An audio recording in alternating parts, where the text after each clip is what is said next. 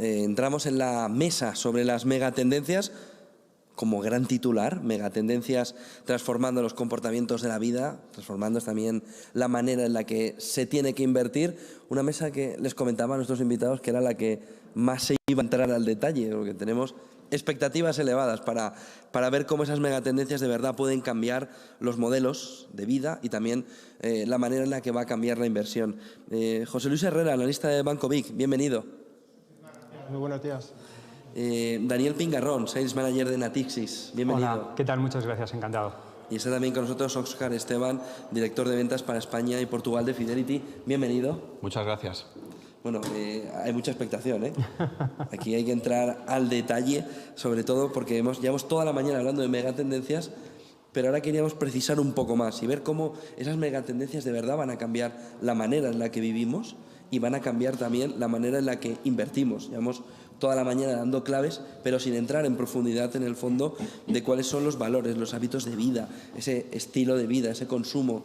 Llevamos hablando de, ¿va a cambiar el consumo? Bueno, ¿hacia dónde? ¿No? Entonces, es el momento de entrar un poco más en detalle. Si quieres empezar, Óscar, por cómo veis esas megatendencias y cómo veis que de verdad vayan a cambiar la manera en la que nos comportamos. Bueno, estas megatendencias, lo que ha generado el COVID y todo lo que conlleva es que han acelerado ese proceso de cambio. Un proceso de cambio que anteriormente lo veíamos en un futuro de 5 o 10 años y, sin embargo, con el efecto del COVID-19, al estar confinados en casa, ha acelerado todo este cambio de las megatendencias. Y principalmente una gran megatendencia sobre todas, que es el tema relacionado con la tecnología, con la conectividad. ¿Por qué? Porque ha hecho que los hábitos de consumo, los hábitos de vida de todos hayan cambiado. Y curiosamente, cuando estamos volviendo otra vez a la cierta normalidad, esos nuevos hábitos de consumo, esos hábitos de vida, se están quedando. Y el ejemplo más claro lo tenemos en China, cuando han vuelto otra vez a la normalidad y ellos volvieron mucho antes que nosotros, todavía nosotros estamos esperándolo, pues esa normalidad ha originado que un tema como la educación online, que anteriormente tenía muy pocos seguidores, pues se haya quedado y siendo un boom importante en un país como el chino. Nosotros desde Natixis Investment Managers entendemos la inversión en megatendencias como inversión en tendencias de crecimiento secular, ¿no? Estas tendencias de crecimiento secular a la vez se apoyan en ciertas fuerzas primarias que están ahí. Nosotros tenemos identificadas básicamente 4, que son cambios demográficos, todo lo que tiene que ver con innovación. Aquí encaja perfectamente lo que decía Óscar de la digitalización, ¿no? La presencia de las tecnologías de la información cada vez más en nuestra vida diaria. Tenemos, por supuesto, la globalización, el acudir a un mundo más global, y luego la escasez de recursos, ¿no? Con sus derivadas, por ejemplo, cambios en la regulación, también podríamos englobarlo en este pilar de fuerza primaria.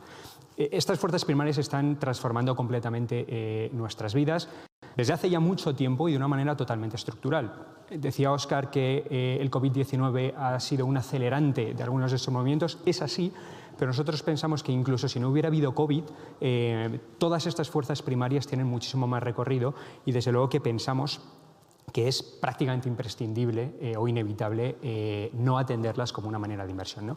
Aquí yo distinguiría entre inversión en megatendencias apoyadas en estas fuerzas de crecimiento secular de la inversión sectorial. Inversión sectorial significa invertir en uno de los 11 sectores tipificados como sectores GICS, ya sea el sector sanitario, ya sea el sector de consumo discrecional o ya sea el sector de tecnología. Nosotros entendemos la inversión temática o en megatendencias como algo más, ¿no? Invertir en esas fuerzas de crecimiento secular que salpican a todos los sectores. Podemos invertir en robótica o en inteligencia artificial, no solo invirtiendo en el sector tecnológico, sino que hay muchas empresas industriales, muchas empresas de consumo que también tienen relación con esa temática de crecimiento secular. Yo creo que la megatendencia no deberíamos disociarla de un término como es la inversión temática. Si pensamos en el concepto de megatendencia como aquellas grandes fuerzas que transforman la sociedad o que van a transformar la sociedad, pues deberíamos pensar que la forma de beneficiarnos o posicionarnos en esas fuerzas pues sería a través de ese cambio estructural que nos va a permitir la inversión temática. El concepto es nuevo, pero la inversión como tal no es nueva. Es decir, siempre ha habido pues, visionarios o ha habido ideas de inversión de futuro que se han plasmado de una u otra forma. Quizás la ventaja de hacerlo a través de inversiones temáticas pues es el hecho de que no solamente nos centramos en un sector en concreto, sino que es un movimiento que abarca pues, diferentes sectores, diferentes áreas geográficas, y ahí está la dificultad. No tanto el hecho de elegir los sectores, sino elegir en primer lugar pues, esa idea primaria que sería el concepto de megatendencia o esa megatendencia en concreto. Y desde luego la situación actual pues, ha acelerado todo esto sin ninguna duda. Hay un concepto que se ha puesto en marcha este año mucho, la revista Time lo llevó, el foro de Davos iba a llevarlo, al final se suspendió, que era ese gran reseteo, ¿no? Y hay muchos inversores que dicen, si va a haber un gran reseteo, todo lo que parta de ahora es como si pusiéramos todo en suma 100 y dijéramos, y a partir de ahora, ¿quién es el que de verdad empieza a coger camino y empieza a crecer? Si de verdad el COVID nos ha llevado a un gran reseteo posterior, ¿dónde podemos encontrar las alternativas y cómo podemos ver cuál de esas espigas y espinitas que salen de allí se pueden convertir en esa megatendencia? Porque claro, si hay un gran reseteo, todo puede ser una megatendencia de vuelta. La educación va a cambiar, la salud va a cambiar, el deporte como lo entendemos va a cambiar, el consumo de televisión va a cambiar, el hábito de vida va a cambiar. ¿Cómo podemos diferenciar entre lo que decíais antes de sectores o que de verdad sea una megatendencia de futuro que en un gran reseteo económico diga, es que si no estás aquí no vas a sacar rentabilidad? Nosotros ya veníamos diciendo ya el año pasado que ese gran reseteo nosotros lo llamamos el nuevo orden económico. Y ese nuevo orden económico principalmente se traducía en un aspecto fundamental, bueno, en varios, pero uno fundamental que es Asia. Asia como el futuro de crecimiento desde un punto de vista económico, que también demográfico, y todos los cambios sociales que comportan en la región asiática, pero por ende a nivel mundial. Y para nosotros ese es el gran reseteo y el gran catalizador de cambio estructural que vemos en el mundo. Y esto viene derivado de dos temas fundamentales. Es el tema demográfico. El tema demográfico que, como bien decía Daniel, es uno de los yo lo digo, el caminante sigiloso, porque la demografía tarda décadas en cambiar, y esos cambios que son lo que originan son cambios en los hábitos de consumo, de socialización, etcétera, etcétera. Y eso lo estamos viviendo principalmente en aquellas regiones que más van a crecer, que son Asia y África, pero principalmente en Asia, donde la Organización de Naciones Unidas estima que para el año 2050 a nivel global vayamos a ser 9.000 millones de personas y el mayor crecimiento sea en la región asiática. Y eso origina cambios de hábito en todo tipo. Eso es ahí donde nosotros vemos el gran reseteo. O el nuevo orden económico, en esa región asiática, desde un punto de vista social, desde un punto de vista económico, que va a hacer que cambie no solo esa región, sino el resto del mundo. Daniel. Sí, al final se trata de diferenciar entre tendencias más coyunturales de tendencias más estructurales, ¿no? Yo creo que las tendencias estructurales son estas que reposan en estas 4 fuerzas primarias que hemos comentado, que citaba ahora Óscar: cambios demográficos, innovación, globalización y escasez, ¿no? Por ejemplo, tema de Asia o países emergentes. Sin ninguna duda eso tiene que ver a la vez con la globalización y con los cambios demográficos, ¿no? Otro de los sectores estrella seguramente, ¿no? Que es el sector salud, ¿no? Invertir en salud. A la vez, toda esa inversión en salud responde a, por un lado, cambios demográficos en el sentido de todos esos habitantes de países emergentes que ahora pasan a formar parte de una clase media que antes no existía y que por tanto tienen acceso a esos medicamentos, y por otro lado en Occidente al envejecimiento tan claro de la población que estamos viendo, ¿no? Entonces al final las tendencias estructurales son fuerzas imparables, ¿no? Luego es verdad que hay otras, bueno, inversiones más, a lo mejor más sectoriales o unas temáticas más coyunturales que en un momento dado pueden alinearse con esas fuerzas estructurales, esas fuerzas primarias que decíamos, y en otro momento. Un ejemplo muy claro es el año pasado, con las economías cerradas, todos trabajando desde casa. Bueno, pues había algún tipo de sectores y compañías concretas que tuvieron un comportamiento extraordinario, plataformas de streaming, todos nos llevamos a la cabeza algunos nombres, ¿no? Y ahora mismo estamos en mitad de una especie de trade de la reapertura de las economías, donde se están viendo más beneficiados otro tipo de sectores más cíclicos, sectores que tienen mucho más que ver con esa reapertura de las economías. Si echamos un vistazo a los sectores sectores que mejor se comportan en bolsa este año, vemos energías, vemos consumo discrecional, vemos el sector financiero, algunos sectores que el año pasado lo hicieron muy mal, ¿no? En cualquier caso, unos y otros responden a esas 4 fuerzas de crecimiento de transformación del mundo primarias que sí que han venido para quedarse sin duda. José Luis. Coincido en el hecho de que una de las megatendencias más importantes es la que se refiere a la cuestión demográfica y de cambios sociales. Sin ir más lejos, durante las últimas décadas del siglo se medía el consumo en función del aumento de demografía. Pero en los últimos lustros se mide más bien en cuanto a aumento per cápita de ese consumo. Todas esas grandes masas, si nos centramos sobre todo en Asia, 350 millones de chinos, por ejemplo, van en los próximos decenios, pues se piensa que van a migrar a la ciudad. Eso va a requerir adaptarse a muchos hábitos de consumo. Es una gran masa de población que se está uniendo a un hábito, digamos, de producción, de consumo occidental, y que está haciendo que nos tengamos que replantear pues todos esos principios y, en fin, y factores que hasta ahora movían las economías. Sin digitalización, sin tecnología, ¿no hay megatendencia, Daniel? Sí, la digitalización, la innovación es una de las 4 fuerzas primarias a las que nos referíamos. Hay otras. Es cierto que gran parte de los fondos de megatendencias tienen un fuerte componente de tecnología y ese componente de estilo growth, ¿no? Pero hay otros muchos ejemplos de empresas que no se engloban en el sector tecnológico puro y que tienen mucha relación con esas fuerzas primarias, ¿no? Por ejemplo, todo lo que tiene que ver con la ecología y el cambio climático, que sin ninguna duda forma parte de una tendencia de cambio demográfico y globalización que estamos viendo, ¿no? Ahí hay muchos más sectores de energías renovables o del sector energético en general y no solo del sector tecnología, ¿no? Otro ejemplo, lo hemos citado, es el de la salud. Nosotros desde Natixis Investment Managers, uno de los fondos en los que más confiamos es un fondo llamado Thematic Subscription Economy Fund, que invierte en cualquier tipo de empresa que tiene un modelo de consumo por suscripción, de cobros por suscripción, de cobros recurrentes. Podemos encontrar todo tipo de empresas sujetas a esta temática. Por ejemplo, de hecho, el fondo, de los 11 sectores per se que existen, invierte en 10 de ellos. No tiene un sesgo, un foco tecnológico tan fuerte como otros. La tecnología, sin ninguna duda, de la mano de la digitalización y la innovación, es una tendencia muy, muy clara, pero no es la única megatendencia que existiría. Tal vez es la más visual. José Luis, ¿tiene que ser elemento transversal la tecnología o no? Fíjate que cuando hablamos de megatendencia o de la adaptación tecnológica como una de las megatendencias, también podemos pensar en muchas, digamos, subcategorías, porque podemos definir dentro de la adaptación tecnológica, pues por un lado el comercio electrónico, todo lo que conlleva pues los hábitos de compra online, de movimiento de capitales, de los nuevos actores a nivel financiero, los robo-advisors.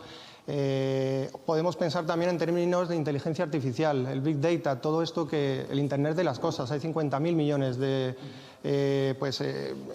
artículos conectados, de cosas conectadas a la gran red Internet. Entonces, todo está relacionado, sin duda, pero pues de alguna manera a nivel práctico o de cara al inversor, para que pueda alinear sus inversiones con su forma de ver el mundo de alguna manera o de ver la vida, pues hay que centrarse más bien en alguna de esas subcategorías.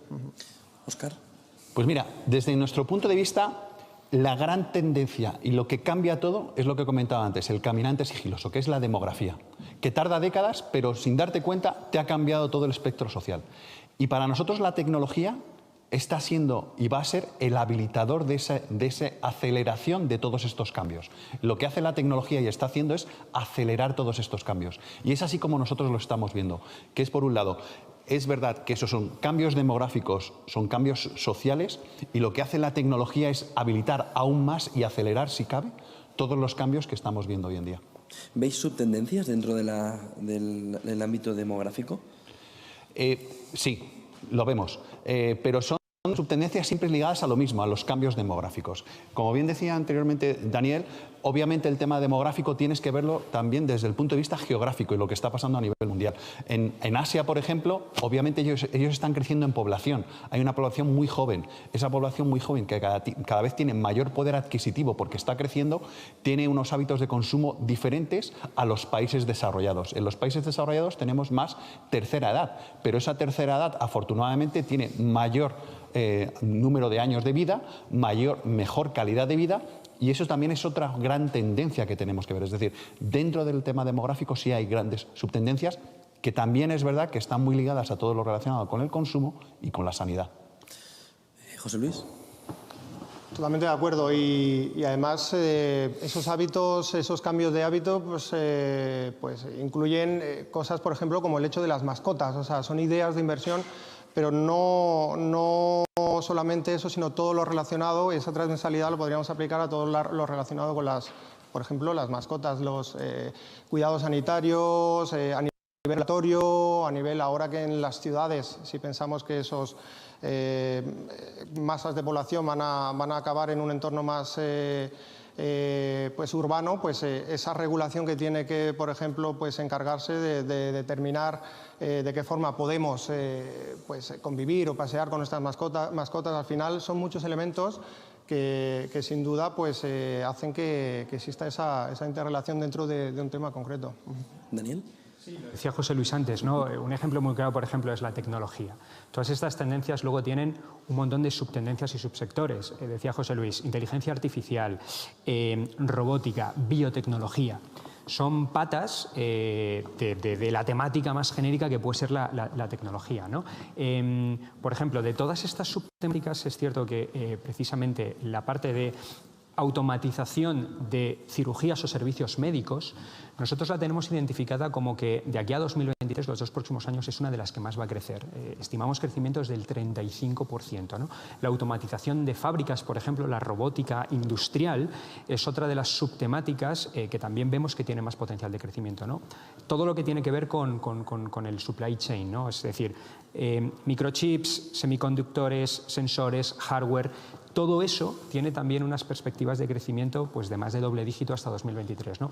Obviamente, el peligro también que tienen todas estas subtemáticas con unos potenciales de crecimiento tan grandes es que es verdad que están muy bien valoradas a mercado, en el sentido de que las valoraciones empiezan a ser bastante exigentes después del enorme rally que, sobre todo en 2019 y 2020, han tenido algunos de estos sectores, ¿no? Yo creo que aquí tampoco tenemos que perder de vista en ningún momento la valoración de estas empresas. Es muy importante. Estamos invirtiendo en fuerzas de singular, en compañías que crecen año a año de manera exponencial, pero es muy importante el no despistarnos con el momento perfecto o más óptimo para comprarlas. No debemos olvidarnos de eso tampoco. Innovación energética. ¿Creéis que puede ser la megatendencia unida a demografía, unida a tecnología, que pueda marcar también de aquí a 2030 un cambio fundamental? Veíamos sobre todo el carbón hacia 2050, esa eliminación. Hay empresas que la han adelantado a 2040, como Amazon, por ejemplo. ¿Es la energía limpia uno de los cambios fundamentales que sin duda en 10 años vista miraremos y dijimos, pero si fíjate cómo estaba antes? Sin lugar a dudas. Y el dato que te daba anteriormente es un dato muy significativo. Comentábamos que para el año 2050 la ONU estima y el Banco Mundial estiman que habrá 9.000 millones de personas, casi 4.000 millones de personas más que lo que hay actualmente. Y esa gente consume, esa gente se alimenta y esa gente necesita energía, con lo cual tú necesitas una innovación energética de algo que es infinito, con lo cual tenemos que inventar y tenemos que acelerar todo esto. Y ahora, si cabe, se ha puesto muchísimo más empeño por todo lo que estamos viendo, ¿no? Con el cambio climático, etcétera, etcétera. Con lo cual, sí es una temática muy interesante y una temática que, como tú bien dices, dentro de 10 años no nos vamos a decir, joder, todo lo que hemos recorrido sin habernos dado cuenta. Desde nuestro punto de vista me parece muy interesante. ¿Cómo lo veis, Daniel? Además de lo que dice Óscar, otra cosa importante a comentar aquí es que esta es una megatendencia que está recibiendo muchísimo apoyo público por parte de organismos gubernamentales, supranacionales. Seguramente el ejemplo más claro es en Europa, ¿no? En Europa, en el año 2019, lanzamos el Pacto Verde Europeo. El año pasado, por ejemplo, en 2020, lanzamos el Next Generation dentro del Plan de Reconstrucción Europeo de los 800.000 millones. De 2021 a 2027, los presupuestos europeos van a destinar más de 550.000 millones de euros a la transición verde, las energías limpias, todas estas subtemáticas dentro de esta temática que pueda ser la ecología, cambio climático, energías renovables y todo lo que implica, ¿no? Así que ya de por sí es una tendencia de crecimiento secular sin ninguna duda, pero es que además está recibiendo muchísimo apoyo por parte de los organismos públicos, lo que hace que seguramente sea incluso más interesante invertir en ella. ¿Esa parte pública se puede aprovechar por el inversor de alguna manera, ese extra? Sin ninguna duda, y hemos visto que este tipo de fondos que invierten en este tipo de empresas de energías renovables, construcción verde, transporte limpio, eficiencia en el consumo de tierras y recursos acuíferos, han tenido un comportamiento extraordinario en los últimos meses, ¿no? Así que ese apoyo público, desde luego, que convierte esas empresas objetivo en incluso más atractivas. José Luis, ¿crees que esa fotografía de las empresas energéticas, de esas utilities, puede cambiar a un plazo de 10 años vista? Coincido desde luego desde el punto de vista con ambos también con tertulios, porque no solamente el apoyo público de Europa, también por parte de la administración Biden existe un claro apoyo explícito. Con respecto a si va a cambiar en los próximos 10 años, pues mira, el Acuerdo de París en el pasado 2015 lo que determinaba es que los estados pues, tenían que tomar medidas para que no aumentara la temperatura global en 2 grados, que se entiende que es pues, bueno, una temperatura más manejable. Hay que hacer todavía muchos esfuerzos, sobre todo en términos de energía eólica, energía solar, en los próximos 10 años para llegar a esos objetivos y se espera que la inversión se tenga que triplicar prácticamente. Entonces hay todavía mucho margen para seguir actuando en esos aspectos y me quedaría con el hecho de que estamos cambiando la conciencia a nivel de ciudadano. Hay mayor concienciación con respecto a ser capaces de cambiar nuestros hábitos de consumo para tener al final un mundo más sostenible y bueno, que nos permita hacer ese tipo de... Sí, ¿hay fondos, José Luis, que recomendéis o que estéis recomendando sobre esta temática dentro de Banco Vic, que sean para apuntar, para que los espectadores que nos vean digan esta opción? Hay muchos fondos, hay fondos de muchas gestoras. Nosotros de Banco Vic lo que hacemos es, mediante una arquitectura abierta, permitir que cualquier cliente pueda acceder a prácticamente cualquier gestora y, por supuesto, a cualquier temática de inversión, a nivel de fondos, a nivel de ETFs. Y ahí puede encontrar pues, no solamente fondos que invierten literalmente en megatendencias globales, sino también fondos que invierten en sectoriales como el hidrógeno, el agua, microcirugía, etcétera, etcétera. Es decir, hay un amplio elenco de fondos. Daniel, ¿te animas a darnos algún nombrecito? Sí, nosotros desde Natixis Investment Managers tenemos una gestora llamada Mirova, una de las mayores especialistas en inversión de impacto. Gestionamos un fondo llamado Mirova Europe Environmental que precisamente y con foco europeo invierte en este tipo en esta temática y en este tipo de empresas. Insisto, energías renovables, construcción verde, transporte limpio, eficiencia en el consumo de los recursos. Y la verdad es que, insisto, que gestionar esta idea con un peso más europeo, que sin ninguna duda es la región, decía José Luis que Biden está ahora impulsando también este tipo de industrias en Estados Unidos. En Europa llevamos haciéndolo muchísimo tiempo. El tener ese sesgo europeo hacia este tipo de inversión nos parece que tiene sentido. Óscar, ¿algún producto propio que nos sirva? Pues mira, nosotros... estamos constantemente mirando cuál pueden ser las megatendencias a futuro, no de modas, sino de futuro. Y estamos estudiando y vamos a sacar algunos productos bastante interesantes desde el punto de vista medioambiental. Pero sí hay uno ya que es una realidad, que lleva ya 3 años en cartera, que es único producto en el mercado, porque te invierte, es el Fidelity Sustainable Water and Waste, porque te invierte en la gestión de agua y en la gestión de residuos. Sí que somos todos conocedores de muchos fondos de agua, ¿no? De gestión de agua, pero de gestión de residuos no tanto. Es decir, es el único fondo que realmente te implica las dos, en la gestión de residuos y la gestión de aguas. Gestión de residuos que cada vez va a ser más importante, si cabe, para también el tema medioambiental. ¿Por qué? Porque somos cada vez más millones de personas, millones de habitantes, cada vez consumimos más y a mayor consumo, mayor generación de residuos. Con lo cual, hay que hacer algo, porque eso hay que reconvertirlo. Y ofrece unas oportunidades muy, muy interesantes que para el inversor lo ha estado viendo y es un fondo que ha crecido con un volumen en estos 3 últimos años, unos volúmenes muy altos y con unas rentabilidades muy interesantes. ¿Por qué pusisteis el foco en añadirle al agua esa parte de reconversión, ¿no? De reciclaje?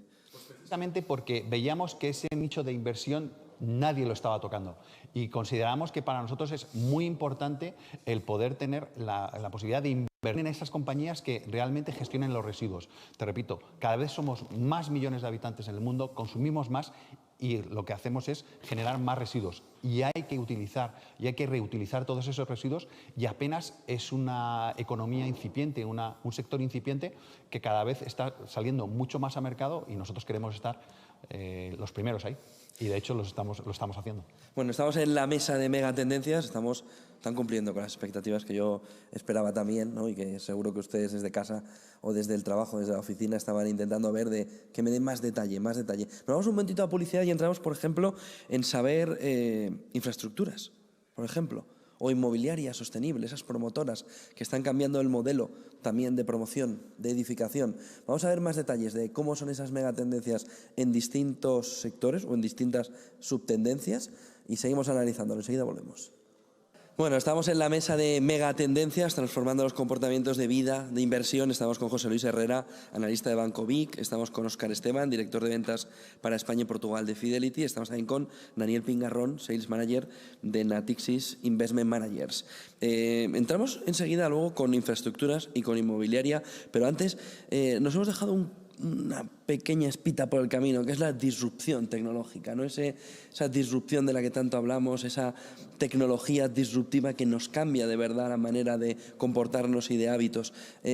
¿Creéis que ahí todavía nos queda suficiente recorrido para ver esa inteligencia artificial, redes 5G y todo lo que pueda venir hasta, pues sobre todo hasta 2030 con esos objetivos de desarrollo? Y más allá. Sin lugar a dudas, desde nuestro punto de vista, sí. Estamos iniciando una nueva época dorada en todo lo relacionado con la conectividad. Y esto tiene un nombre, es muy fácil, 5G. El 5G lo que va a hacer, van a cambiar los hábitos de vida, y de hecho ya lo están cambiando, y van a acelerar todos estos temas disruptivos que estamos hablando de inteligencia artificial, ciudades inteligentes, etc. Pero para eso necesitamos el 5G. Y actualmente estamos en la primera implementación de todo el entramado de 5G desde un punto de vista estructural, de estructuras, de redes, de antenas, etc. Y hay muchísimo potencial en ese ámbito. Para que te hagas una idea, el tema del 5G, el lanzamiento del iPhone en octubre del año pasado en Estados Unidos, antes del lanzamiento del iPhone con 5G, tan solo un 14% de las ventas de móviles eran con tecnología 5G. Se lanzó el iPhone con el 5G e incrementaron sus ventas. Actualmente estamos en el 59% de las ventas de móviles en Estados Unidos son con 5G. Y eso lo que va a originar es que realmente está llegando ese 5G al consumidor final. Actualmente tenemos 220 millones de usuarios del 5G en el mundo y se estima que para el año 2023 van a pasar a 1.600 millones de usuarios con el tema del 5G. Y el 5G lo que va a ser es el gran habilitador de todas estas tecnologías disruptivas que estamos hablando, como comentaba anteriormente, del tema de inteligencia artificial, etcétera, etcétera, van a ser el posibilitador y va a hacer que veamos en tan muy poco espacio de tiempo muchas cosas que antes no veíamos. Vamos a poder descargarnos películas en 5 segundos, cuando normalmente con el 4G estamos tardando 5 minutos. Con lo cual, estamos iniciando una nueva época dorada para el tema tecnológico derivado por la disrupción del tema del 5G y el nacimiento del 5G. ¿Puede ser un peligro, puede ser un problema el tema de microchips que estamos viviendo o pueden ser una oportunidad a medio plazo? Hemos visto empresas como Bosch invertir 1.000 millones hace apenas unas semanas en crear solo una fábrica de microchips. Hemos visto como el sector más joven de gamers, pues no es imposible conseguir una PlayStation, una Xbox, como el motor tiene que parar gran parte de la producción porque no hay suficientes microchips. ¿Puede eso ser una oportunidad también en la inversión? En el corto plazo es lógico normalmente que estos cortes en las cadenas de suministros suponen un problema, sin lugar a dudas. Pero ese problema ya se está poniendo manos a la obra y probablemente en los próximos trimestres se solucione. Y como tú comentabas, una grandísima oportunidad también para una cosa muy importante que es derivado del efecto del COVID-19, que es la relocalización en muchos lugares de cadenas de producción que antes estaban en los países emergentes. Las grandes multinacionales se han dado cuenta que no pueden tener todo fuera de sus zonas centrales y van a relocalizar muchas de las cadenas de producción. Y eso también va a crear muchas oportunidades de trabajo, de consumo, etcétera, etcétera. Es decir, las grandes tendencias nutren las propias megatendencias. Siempre que hay un desajuste entre oferta y demanda, como es el caso de los cuellos de botella y las carencias, los cortes a la cadena de suministro que hemos visto en empresas de microchips, hay a la vez riesgos y oportunidades, ¿no? Pero enlazando con la primera pregunta que le hacías a Óscar, todo esto que tiene que ver con la disrupción tecnológica, y hay muchísimas derivadas, hemos comentado algunas, desde la robótica, la inteligencia artificial, coche autónomo, coche eléctrico, es decir, un nuevo concepto de movilidad, las redes 5G que decía Óscar, biotecnología, automatización de procesos.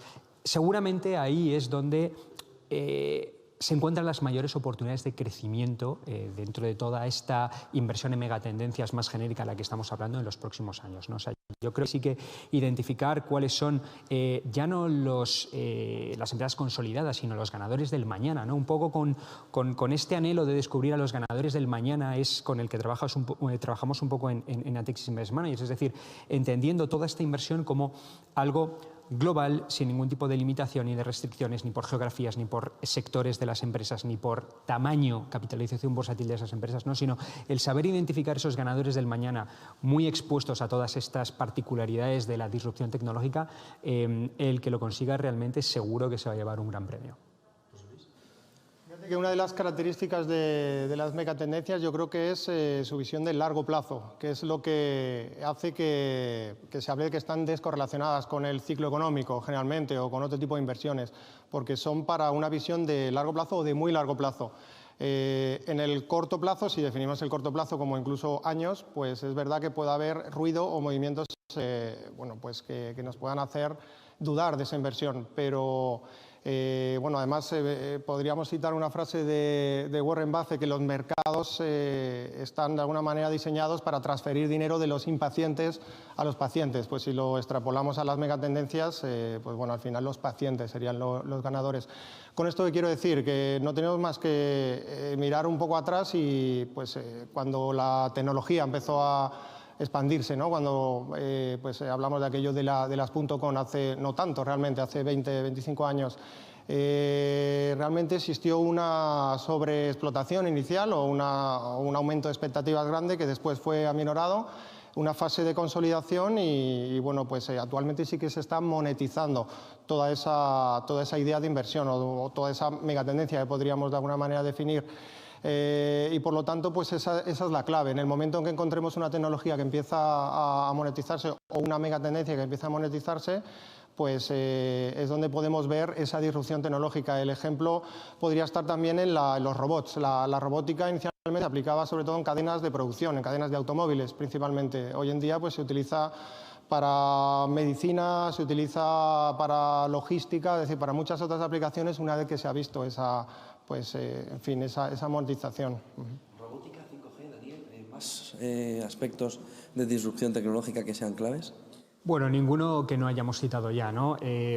Yo creo que lo que decía José Luis, todo lo que tiene que ver con la automatización de cirugía y de procesos médicos, nosotros ahí encontramos las mayores expectativas de crecimiento. Lo hemos dicho antes, un 35% esperamos que crezca esa industria en los 2 próximos años.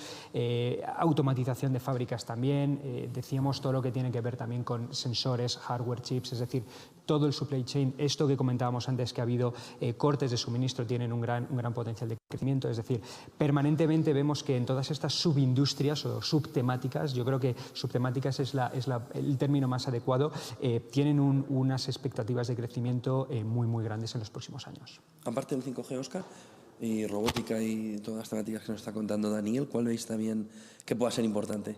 Pues es que yo creo que el 5G es lo más importante, si cabe. Insisto, es el habilitador de todo lo que estamos comentando. Si tú no tienes el 5G, tú no vas a poder tener ciudades inteligentes. Si tú no tienes el 5G, tú no puedes tener desarrollos de inteligencia artificial. Tú no puedes tener vehículos autónomos que puedan conducirse por sí mismos sin tú tener que utilizarlos. Con lo cual, para nosotros, esa es la gran temática que genera y habilita todo lo relacionado anteriormente. Obviamente, todo el tema de la medicina que decía Daniel, a nosotros nos parece muy interesante. Actualmente, en Estados Unidos, el 46% de la ciudadanía americana utiliza la telemedicina. Y esto del 5G lo que va a hacer es que lo va a acelerar más si cabe y va a llegar a muchísimo más porcentaje de los ciudadanos americanos y esperemos que también en Europa eso también que se ve. Pero para nosotros realmente es el 5G y debajo del 5G muchas cosas que subyacen en muchos sectores. en muchos sectores. Infraestructuras, real estate, José Luis, ¿cómo veis que puedan comportarse? Yo creo que la pandemia nos ha hecho replantearnos realmente los espacios en los que vivimos, la urbanización o el urbanismo, mejor dicho, en las ciudades, y va a ser un tema en el que se va a poner muchísimo el foco también. La reconversión de espacios, la sostenibilidad, hay mucha implicación regulatoria también, pues certificados energéticos. En fin, hay el ASG, hay muchos factores que están relacionados con ese tema y que pienso que sin duda va a seguir teniendo el foco de los inversores y de los cambios estructurales de la sociedad. La domótica, a nivel de tecnología, pues incluso casas prefabricadas, es decir, con nuevos materiales, con nuevos protecciones frente al clima. Hay muchos factores que se pueden interrelacionar con ese tema. Daniel, Óscar. Yo creo que las infraestructuras que están ahora muy de moda y sobre todo hay muchas noticias con lo que se está negociando en Estados Unidos, de un plan bastante ambicioso para renovar las infraestructuras del país, tiene que ver con una de las fuerzas primarias que gestionan las megatendencias, que es la de cambios demográficos, ¿no? Cada vez necesitamos estar más conectados en un mundo más global y hay una preferencia de los ciudadanos por vivir en grandes urbes que a la vez consumen más recursos de infraestructuras, ¿no? Además, tiene que ver esta pata bastante, y lo ha comentado José Luis, con la sostenibilidad, ¿no? Vamos también hacia infraestructuras más sostenibles, más eficientes. Nosotros desde Natixis Invest Managers entendemos un poco estos dos mundos de una manera conjunta. Una de nuestras gestoras, DNCA, gestiona una solución de inversión basada precisamente en las infraestructuras y la transición verde, ¿no? Agrupando algunos de estos sectores como energías renovables, construcción verde, transición limpia. Ahí hay una temática de inversión que también es una de las que se beneficia de todo el apoyo público y público-privado que se están canalizando estos fondos. E insisto, en Estados Unidos se está negociando un plan en su momento de $2 billones, el equivalente casi a 2 veces el Producto Interior Bruto de España, para mejorar las infraestructuras del país durante los próximos años. Óscar. Precisamente eso, Daniel lo ha apuntado bastante bien. Por un lado, Estados Unidos y todo lo que está haciendo Estados Unidos para reactivar la economía, que es ese paquete fiscal, que ello deriva un incremento del gasto en infraestructuras. Y por otro lado, el tema asiático, que lo que están pasando es del campo a la ciudad, cosa que aquí en Europa es más de la ciudad al campo, eso es lo que quieren hacer, ¿no? Pero allí es al revés, es del campo a la ciudad, y estamos hablando que solo en China 1.400 millones de personas. Y esto origina unas necesidades de infraestructuras muy importantes y, obviamente, con los consiguientes beneficios para aquellos inversores que inviertan en el tema de infraestructuras. Desde el punto de vista inversor, para un inversor final o un inversor institucional, como es el caso de Fidelity, el tema de las infraestructuras lo vemos bien por dos lados. Por el lado de que, obviamente, tú generas un beneficio para la sociedad, y por otro lado, también te concede unos réditos muy interesantes. Por el tema de las infraestructuras, principalmente es una generación de pago de dividendos muy interesante, que en unos momentos en los cuales los bancos centrales tienen los tipos de interés como los tienen, pues no hay mucho donde rascar en la parte de renta fija. Realmente, pues cupones o dividendos de que pagan estas inversiones en infraestructuras nos parecen muy, muy interesantes, y así es como nosotros lo estamos enfocando. Hemos hablado mucho de Asia, sobre todo Óscar nos ha puesto el foco ahí. Yo ahora os pregunto si el inversor debe anteponer la megatendencia al sector o zona geográfica. ¿Qué pensáis? Me arranco, si queréis. Desde mi punto de vista, sin duda, ¿no? Insisto que hay que diferenciar entre inversión en megatendencias e inversores más limitadas sectorialmente, más limitadas geográficamente, ¿no? Estas megatendencias recorren el mundo de cabo a rabo y tienen implicación en absolutamente cualquier tipo de sector y cualquier tipo de compañía expuestas a esa megatendencia, ¿no? O sea, desde nuestro punto de vista, de lo que merece la pena invertir es en esa megatendencia, entendiéndola de una manera seguramente pues más abierta, ¿no? Más flexible, que no tanto en una geografía concreta, en un sector concreto, en una empresa de una determinada capitalización o circunstancia, ¿no? Esto trasciende el debate que tenemos ahora sobre la mesa, que es el growth value, ¿no? Esta especie de rotación que estamos viendo de sectores de más crecimiento hasta sectores más value. Se pueden encontrar también inversiones en megatendencias en sectores más tradicionales, más típicamente value. Pongo un ejemplo. Uno de nuestros fondos, el fondo Thematic Subscription Economy Fund, una de las empresas más destacadas que tiene en su cartera, es un supermercado, una cadena de supermercados en este caso, ¿no? Costco, una cadena de supermercados americana. Claro, el sector supermercados es uno de los más tradicionales que a cualquiera nos puede venir a la mente.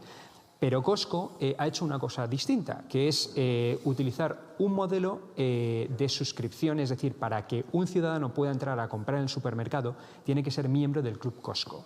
Esto supone un desembolso de $60 al año y eso representa el 60% de la facturación del supermercado.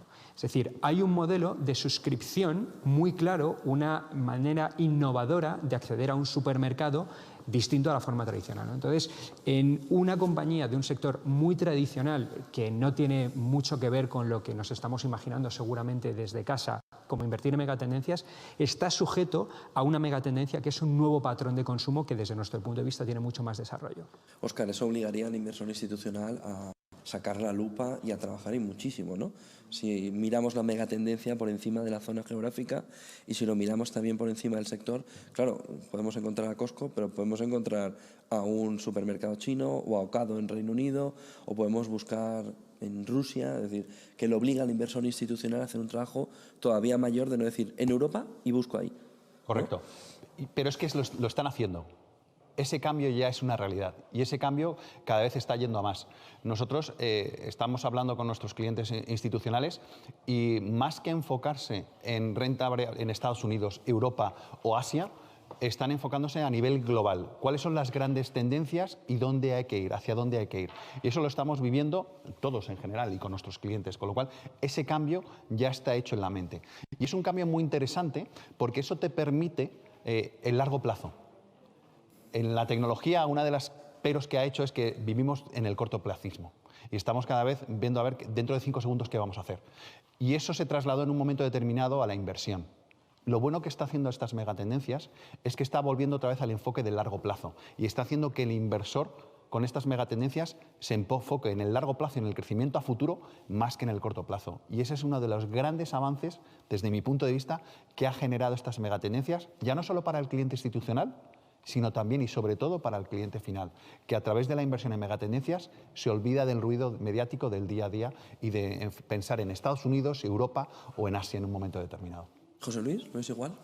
Sí, de ahí que se requiere un gran expertise por parte del gestor de este tipo de inversiones, porque es verdad que en general pues, se piensa que lo ideal para formar parte de estas temáticas, de estas tendencias, son empresas pequeñas, de pequeña, mediana capitalización, que están todavía por explotar, pero pienso que no habría que dar tanta importancia a plantearse si al final las compañías que están sobrevaluadas o no, porque estamos hablando de una proyección de muy largo plazo, aunque es verdad que pueda haber quizás pues un cierto movimiento de volatilidad en un horizonte temporal más corto, pero pues la capacidad que debe tener para adaptarse a los tiempos, un cambio regulatorio, por ejemplo, que nos haga cambiar de rumbo, probablemente hace que tengamos que trastocar toda la inversión o parte de esa inversión. El encontrar compañías sólidas que capten ciclo de inversión, todo eso es complicado porque al final estamos proyectando a muy largo plazo. Y me gustaría también comentar, porque no estamos hablando de todo el tema de adaptación tecnológica, cambios demográficos, y no hemos citado, creo, una inversión también, un tema muy interesante como es el educativo, la educación, para que toda esa población pueda unirse al carro de las nuevas tecnologías o para que se puedan implantar todos estos cambios. También hace falta que esté educada en tecnología o en otras disciplinas, ¿no? O en otras materias. Entonces, al final es verdad que se hace algo, a mi juicio, muy importante también el incluirlo dentro de temáticas de inversión, porque pienso que va a tener mucha importancia también la educación. Sí, solo para terminar. El tema tú dices, el inversor institucional tiene que mirar más en detalle, sin lugar a dudas, y las gestoras de inversión también. Por eso, desde nuestro punto de vista, en el momento de mercado que estamos, lo que ahora mismo es más importante es el análisis. Análisis, análisis, análisis. Y no dejarse llevar por los mercados o los índices en un momento determinado. Ahora es el momento de los selectores de acciones, de los selectores de compañías y el escudriñar muy bien aquellas compañías en un momento determinado que tienen unas buenas perspectivas de crecimiento y que por valoraciones todavía estén baratas, lo que comentaba David, porque hay muchas que es verdad que han crecido mucho, que el mercado bursátil se ha comportado muy bien y están las valoraciones muy atractivas y muy altas, perdón. Sin embargo, lo que hay que hacer es escudriñar, analizar.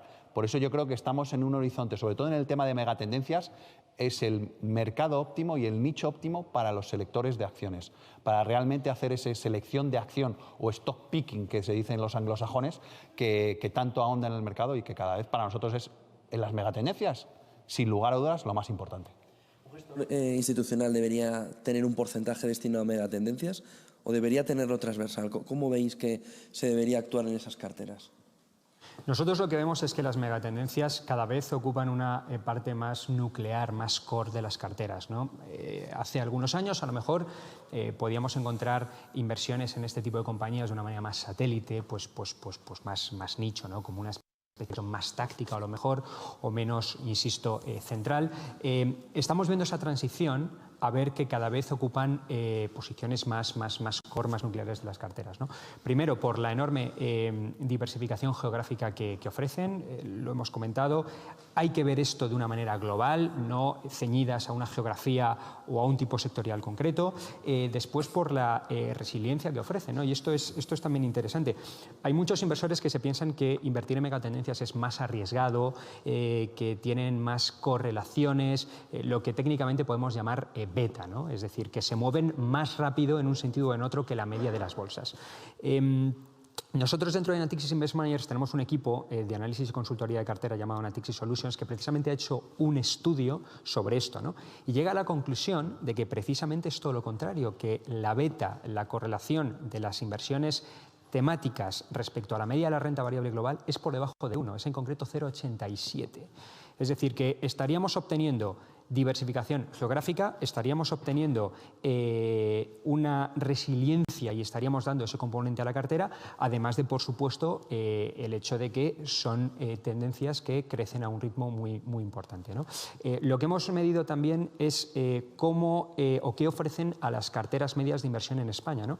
Y hemos visto que en general todas las inversiones en tendencias lo que hacen es desplazar la frontera eficiente hacia arriba, la mejoran. Por cada unidad de riesgo que asumimos invirtiendo en megatendencias, la rentabilidad que obtenemos está por encima de la media de la renta variable global. José Luis. Aludiendo a lo que comentábamos antes, son inversiones que están descorrelacionadas generalmente con respecto al ciclo y suelen tener además una rentabilidad-riesgo, una proyección rentabilidad-riesgo bastante positiva. Eso hace que, es verdad que dentro de una cartera global pues esa misma diversificación pueda reducir el riesgo de la misma. Pero no olvidemos que también en términos de volatilidad suelen ser inversiones dentro de lo incierto que suponen, pues con mayor volatilidad que otro tipo de inversiones, que no obstante pues van a tener menos volatilidad que si invirtiéramos directamente en determinadas compañías que las componen. Puede ocurrir que acertemos con la temática, puede ocurrir que al final sea un negocio disruptivo, pero la compañía o compañías que hayamos elegido no sobreviva. Por eso es tan importante pues, acudir a fondos de inversión o a vehículos de ese tipo. Y un ejemplo, todos volviendo de nuevo al tema de las .com. Por aquel entonces, pues todos, yo creo que nos acordamos de Yahoo, de Lycos, de esos buscadores iniciales de Terra, efectivamente, que al final no han sobrevivido. Pero, sin embargo, nadie pone en duda que es algo que todos usamos y que va a tener una monetización todavía mucho más allá, como es el caso de, al final, el triunfador Google. Un inversor que hubiera elegido 2, 3, 4 compañías en esa temática, pues posiblemente pues, no hubiera tenido éxito, pero sí eligiendo, pues al final, un fondo de inversión o algún otro vehículo que le permita montarse en la misma. Precisamente por lo que comentábamos también, que al final un gestor es el que se va a encargar de sacar y meter las compañías que mejor lo hagan. ¿Pero ese riesgo nos llevaría a balancear las megatendencias en nuestra cartera en un 25 o 30%? ¿O qué porcentaje veis que puede ser razonable para un institucional? Bueno, ya depende de cada perfil de inversor, punto 1, y punto 2, para cada perfil de inversor institucional, ¿no? Porque hay muchos que todavía lo que hacen ellos es una muy buena asignación de activos y consideran que con esa asignación de activos, y es verdad, cada vez incorporando un 10, un 15, un 20% a megatendencias, pues con eso lo tienen solucionado. Para mí, lo que comentaba antes, yo creo que las megatendencias lo están utilizando pues precisamente para tener una mayor globalidad, para descorrelacionar dentro de sus carteras y para poder dejar a terceros que analicen profundamente allí donde hay mayor valor y donde haya compañías que todavía no están en precio reconocidas, y es ahí donde están haciéndolo. Ya el peso ya dependerá de cada institución, pero es verdad que de ese 5% que en un momento tenían, actualmente es el 15, 20, incluso subiendo, ¿no? Es una complementariedad muy interesante para ellos, para poder centrarse ellos en la asignación de activos y dejar esas megatendencias que por sí solas ya se vayan revalorizando. Un último mensaje de cierre, José Luis, sobre lo que hemos comentado de megatendencias, cuáles son las claves y un consejo sobre todo para la audiencia de cómo deben encararlas. Yo creo que todas las pinceladas que hemos estado diciendo en general pues deberían tenerse en cuenta. Al final, pues bueno, es una forma de ver yo creo que hay un componente emocional en esto de las megatendencias, porque es una forma de dar la visión que pueda tener o los valores que pueda tener un inversor con respecto a sus inversiones. Y es el creer en un mundo mejor o en una tecnología o en un cambio paradigmático que al final pueda suponer a la larga cambios reales, socioeconómicos, tecnológicos. Sin ir más lejos, pues bueno, puntualizando una concreta dentro de una megatendencia como es la sostenibilidad o la gestión de recursos, podríamos llamarlo, pues podríamos hablar de inversiones en agua. O sea, es esa hasta cierto punto commodity, aunque es verdad que se regenera, pero que es escasa y limitada y que pues engloba suministro de agua, calidad de agua, eficiencia, y no solamente el agua que consumimos, sino que toda la producción, todos los procesos productivos están relacionados con el agua. Necesitamos agua también para fabricar, para producir, y es algo que es una idea, a mi juicio, pues muy romántica o muy interesante, ¿no?, de cara al largo plazo, y no hay que pensar en un escenario de Mad Max, sino simplemente pues optimizar toda esa forma de producir agua, lo que puede ser perfectamente pues un punto de vista a tener en cuenta para un inversor. Daniel. Lo ha dicho José Luis muy bien. El agua nosotros entendemos que es también una tendencia de crecimiento secular apoyado en la fuerza primaria de la escasez, ¿no? Y de hecho nosotros ahí desde nuestra gestora Thematics tenemos un fondo que gestiona precisamente esa industria, ¿no?, la acuífera, con tasas de crecimiento del 7% al año, ¿no?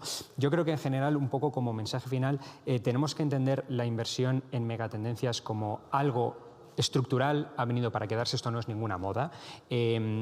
Hay que entender bien o separar la inversión en megatendencias de la inversión sectorial.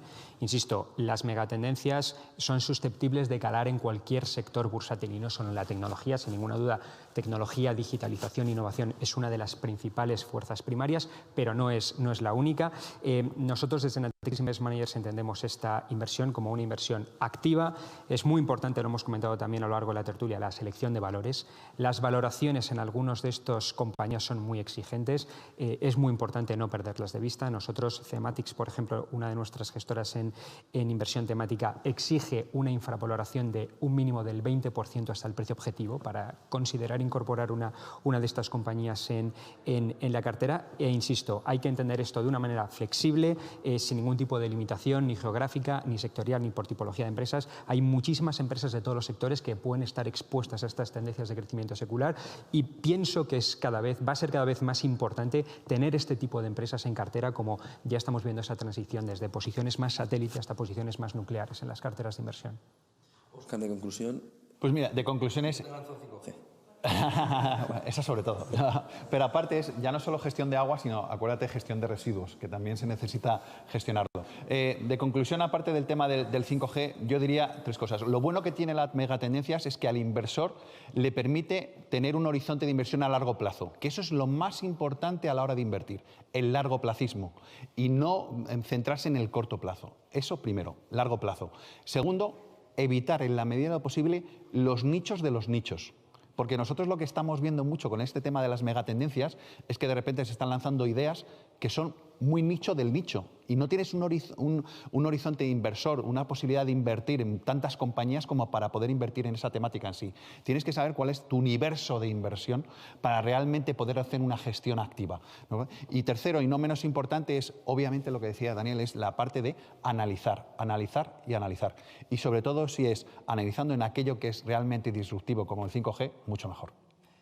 Muchísimas gracias, Óscar. Muchas gracias, José Luis. Muchísimas gracias, Daniel, por compartir esta mesa con nosotros y por ponernos el foco.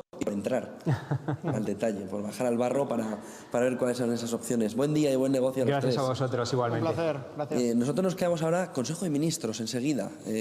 No solo se va a hablar de indultos, ojo, porque se va a hablar también del recibo de la luz, aunque es el jueves cuando se va a aprobar. Vamos a ver detalles de cómo puede ser esa medida y si al final va a ser, como todo parece indicar, hasta finales de 2023 para las familias. Y a partir de las 2 de la tarde, Newsroom especial con la actualidad, con lo que está sucediendo en el día. Y a partir de las 3, Rolling Stocks con Marta y Ser. Y aquí, a partir de las 4, volveremos a cerrar esta jornada de megatendencias, de los fondos del momento y de las claves que van a marcar el medio y largo plazo.